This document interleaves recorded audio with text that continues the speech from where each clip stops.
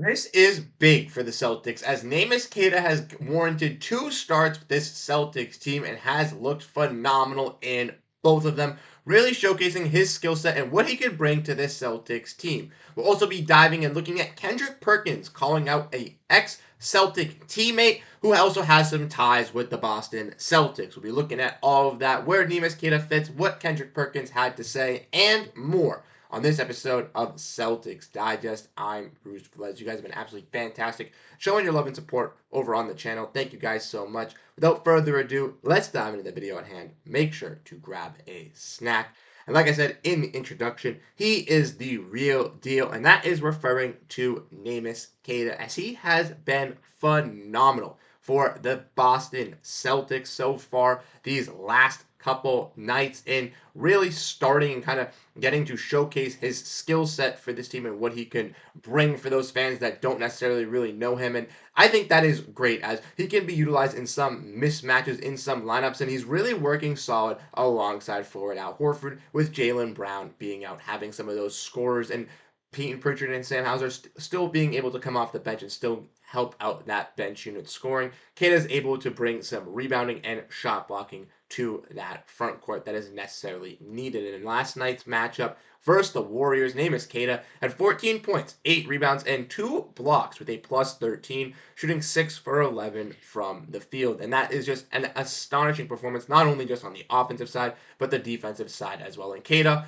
obviously, as we've mentioned, to get into this role, to kind of spark, to get some playing time for the Celtics, he would have to work on some minor things and kind of show his growth throughout the off season. And he has been able to do that leading into the preseason and the regular season. And we've seen some tad bits of some minor inconveniences, but Queta not only has showed improvements on the offensive side of making baskets and not missing as many shots, but on the defensive side as well, sticking and playing some tougher players, specifically and Steph Curry last night. So let's look and let's see what some Celtics had to say on Neemias Queta's performance yesterday. First, let's look at what Derrick White had to say on guarding Steph Curry, where he said, he is one of the greatest players the game has ever seen, and it takes a whole team to guard him. Honestly, I thought Nemi did a good job on him, and I give a lot of credit to Nemi. He competed at a high level tonight. It's going against a Warriors team. Obviously, the Celtics did lose, unfortunately, last night, but they were a tough battle and are a top team in the Western Conference. And Coach Joe Mazzulla also had to say this on Celtics center Neemias Queta, saying he's doing a good job just understanding tendencies. He's doing a good job executing the coverages that we have, and he's just been getting better and better at understanding what the scheme is and what the tendencies are. He is definitely growing. And I would agree with Derrick White and Joe Mazzulla here. Not only the fact is Neemias Queta growing, like I said, and fixing those minor mistakes, fixing the misses underneath the basket, fixing, his screening so that he's not getting illegal screens or moving screens, those types of things, but also being able to be fundamentally sound on that defensive side of the floor as well. We all know with Neemias Queta, he kind of presents a vertical lob threat on the offensive side, but on the defensive side, a high energy offensive rebounder and shot blocker and rim protector. So having him be able to do that, not only just on big men, but also being able to play guards and Steph Curry, one of the best guards in the NBA's history, is just key to see out of a young big who still has a lot of developing and growing to still go through the system. Like Mazzulla said, he's learning this tendencies, he's learning how to grow within this team, and that obviously that's just going to take time and getting that growth with playing time. But with having Jaylen Brown out and getting Neemias Queta these starting minutes, it's not only shown in his growth in his game, but it's going to show in his personal growth as well. And I think that's going to be key for Neemias Queta getting that mental confidence to be ready to go and to fully immerse himself into this lineup. I truly do believe, and I've been saying this ever since Neemias Queta has been signed, that he could be a backup center for this Celtics team. And I think by the end of this season, he is going to have that wrapped up. Like I mentioned, when we look at this center group for the Celtics, Kristaps Porziņģis is still out till December. Al Horford is unable to play in the back-to-backs, and with Jaylen Brown being out for the last 3 games, the Celtics have been starting Horford at the power forward and Tatum at the 3, which is allowing for a center to play. Queta has warranted 2 of those starts, but other centers in the mix are Xavier Tillman and Luke Kornet.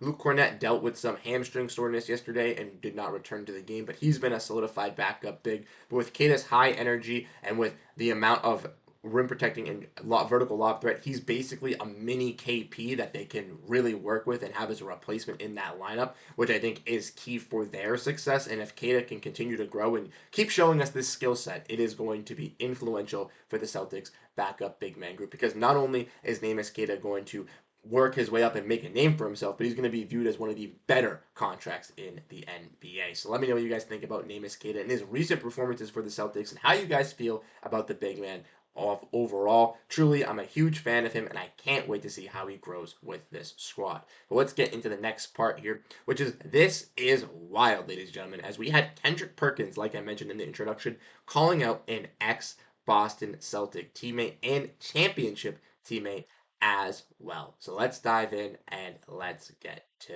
this. Courtesy of a website here, we have absolutely Kendrick Perkins calling out Brian Scalabrine, as he said, "Scal, who the F are you on all the smoke? You're the same MF who that won a championship was in street clothes. Hurry up and then went change into your jersey. So once we started taking pictures and you know that it was a part of the team."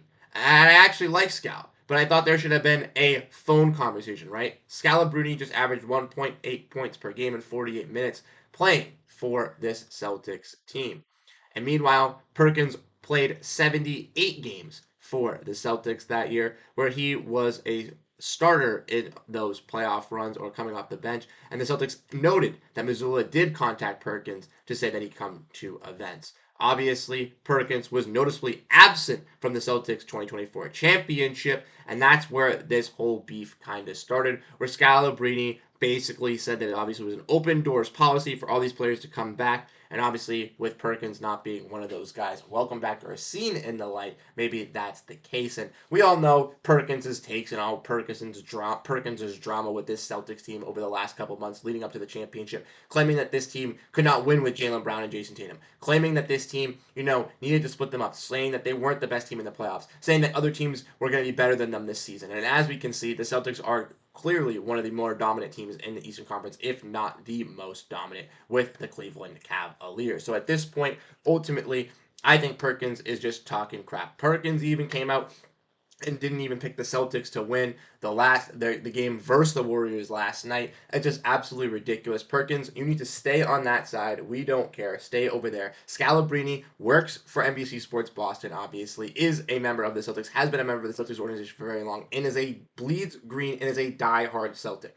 Perkins, it doesn't seem like that's the case with you, and ultimately, I think you're just talking on ESPN sometimes, and it needs to stop.